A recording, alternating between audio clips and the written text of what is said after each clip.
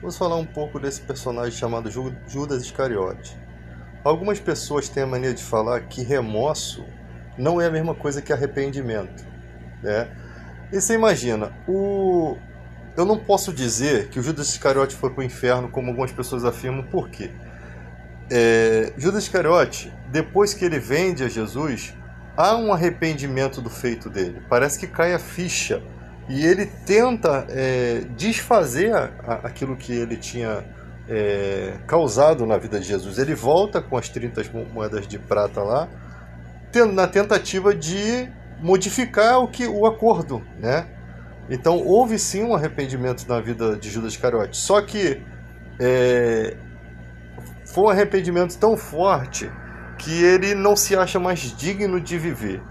Isso é porque existem culturas, existem pensamentos, pessoas que nascem num cotidiano totalmente diferente de outras pessoas. Cada pessoa tem a sua personalidade. E a personalidade de Judas era essa, de não se perdoar pelo seu feito. O Pedro também traiu Jesus, negou Jesus face a face, né? Negou Jesus com blasfêmia, teve o perdão. E por que Judas Iscariote não poderia ter tido o perdão? Uma coisa que me chama a atenção quando Jesus fala da cidade de Sodoma e Gomorra, né? Que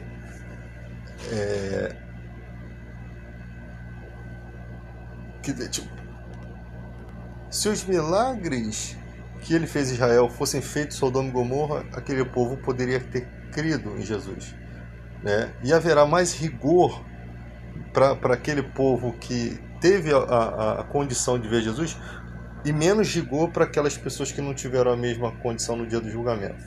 Porque você imagina as pessoas que viviam em Sodoma e Gomorra, as que nasciam, né? E desde pequeno participavam daquela prostituição. Desde pequeno participava no meio daquele povo cujo Ló se sentia oprimido morando naquele lugar. Um homem com a mente constituída, um homem que era um homem que conheceu Abraão, que tinha uma vida totalmente instruída, diferente, morando no lugar onde haviam perversões que atribulavam a alma daquele homem. Você imagina, se um homem assim teve essa tribulação, você imagina a pessoa que vive ali, nasce ali, acha que aquilo ali é o normal. Porque uma coisa que as pessoas não prestam atenção e às vezes sai condenando o mundo é que o Espírito Santo é quem convence o homem do pecado, da justiça e do juízo. O Espírito Santo que faz você compreender que haverá um juízo, que faz você aceitar essa ideia de juízo final no seu coração, de forma que você tem pavor de morrer perdido, né? Já as pessoas do mundo não passa pelo coração dela esse medo, né? Na mente dela, o morrer é deixar de existir. Por quê? Porque não foram escritas leis de Deus no coração dessa pessoa, né? Então, a conversão, a atuação do Espírito ajuda. Olha a diferença do cristão: é tirado do império das trevas, transportado para o reino do Filho, é selado com o selo do Espírito Santo, é propriedade exclusiva de Deus, tem condição de se tornar filho de Deus, tem um intercessor que é o Espírito Santo que intercede por suas fraquezas, tem Jesus guiando, tem um monte de aparatos para poder essa pessoa ter uma vida condicionada a viver a palavra de Deus. Mas os de fora, o que é nascido da carne, é carne. Quando essas pessoas vêm para o Evangelho, ainda é citada a parábola do semeador, com as perseguições que vêm por conta da palavra, né? Tanto os cristãos que já conhecem um pouco, quanto aqueles que estão tentando entrar, porque é uma luta espiritual ali, tá? Esses dias estavam até questionando se somente Eva tivesse comido do fruto, como seria? A condenação não poderia passar a Adão. Se Adão tivesse filho com Eva, como seriam essas crianças? Nós temos que entender se elas morreriam, né? Se elas não morreriam, se elas seriam eternas, se sofreriam, não sabemos. Não sabemos qual seria a fala de Deus. Talvez recebesse as mesmas punições, sem a punição da morte dada a todos os homens? Pode ser que sim, não sabemos. E nós temos que imaginar que toda essa maquete aqui que nós vivemos, isso está dentro do plano de Deus. O Cordeiro já está profetizado antes da fundação do mundo. Então nós não entendemos que tipo de projeto Deus tem, tá? De planos Deus tem. Nós só sabemos que existe um prêmio muito poderoso para aqueles que vivem de acordo com a palavra, né? A promessa de um corpo incorruptível, um corpo eterno, um corpo que vai ter um contato celestial, né? Um nome novo, um monte de coisas que a Bíblia nem fala, acho que nem 1% do que acontecerá após isso, né? Após a nossa vitória, mas que Paulo pode considerar já de antemão como sendo algo incomparável com as tribulações dessa vida. Então você vê cristãos que morreram em tribulações gravíssimas, em perseguições. Na época de Jesus, né, no nascimento de Jesus, as crianças foram perseguidas e mortas, né? Então você vê que todas essas pessoas, todas as pessoas, elas vão ter uma recompensa por todo esse sofrimento, tá? Terão uma recompensa. Não que nós quiséssemos que fosse assim, né? Mas nós teremos essa recompensa por todo esse sofrimento, e essa recompensa é eterna. Por isso que você não tem como comparar 120 anos de vida, por exemplo, com uma eternidade, tá? Então Deus sabe muito bem o que faz.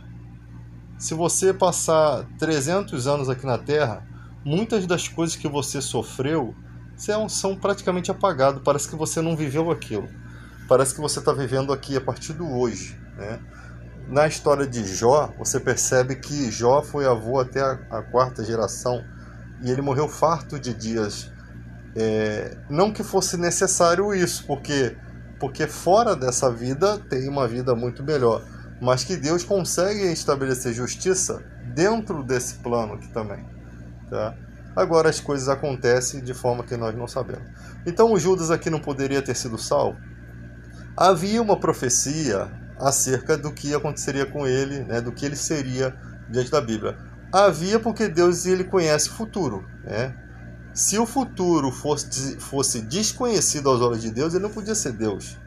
O futuro reinaria sobre Deus. Então, quando você imagina que não tem nada que Deus não saiba, né, até a quantidade de vezes que você respira, todas as coisas que irão acontecer, e você não consegue entender isso, Deus sabe.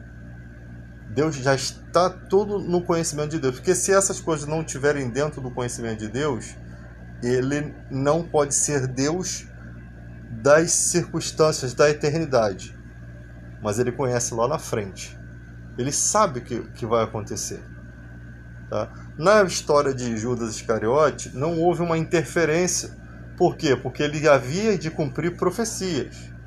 Estava narrado a história de Judas Iscariote, então não poderia ser de forma diferente para não descumprir as escrituras. Até as moedas de prata que ele vendeu, né, que os fariseus não puderam usar, os sacerdotes não puderam usar essas moedas porque era moeda de sangue, né?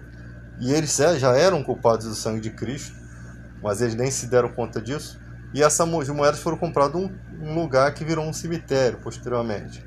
Então você percebe que está dentro da narrativa. O próprio Salmo, tem um Salmo que narra exatamente até as vestes de Jesus lançariam sorte, repartiriam, e sobre a túnica dele lançaria sorte. Ou seja, o futuro já estava escrito de como seria. Isso não quer dizer que Deus determinou todas as coisas do universo. Existem certas coisas que são, não vou dizer determinadas, mas pelo fato de Deus saber que vai acontecer, elas não podem fugir dessa regra, elas não vão fugir dessa regra. Vai acontecer dessa forma, tá? Vai surgir dessa forma o acontecimento, a crucificação e todas as demais coisas. Porque tem gente que acha que a gente é predestinado. Se Deus predestinasse uma pessoa para a vida, para ser mal, Deus não seria uma pessoa boa. Então, na história de Judas Iscariote, eu não posso dizer que ele se perdeu para sempre, na eternidade. Se perdeu aqui. O castigo dele foi a perda da vida aqui. Porque Deus poderia ter mudado as circunstâncias, mas Deus usou a vida dele, a história dele, como uma referência bíblica. Mas ele poderia intervir. Porque a Bíblia fala, terei misericórdia de quem me aprouver ter misericórdia.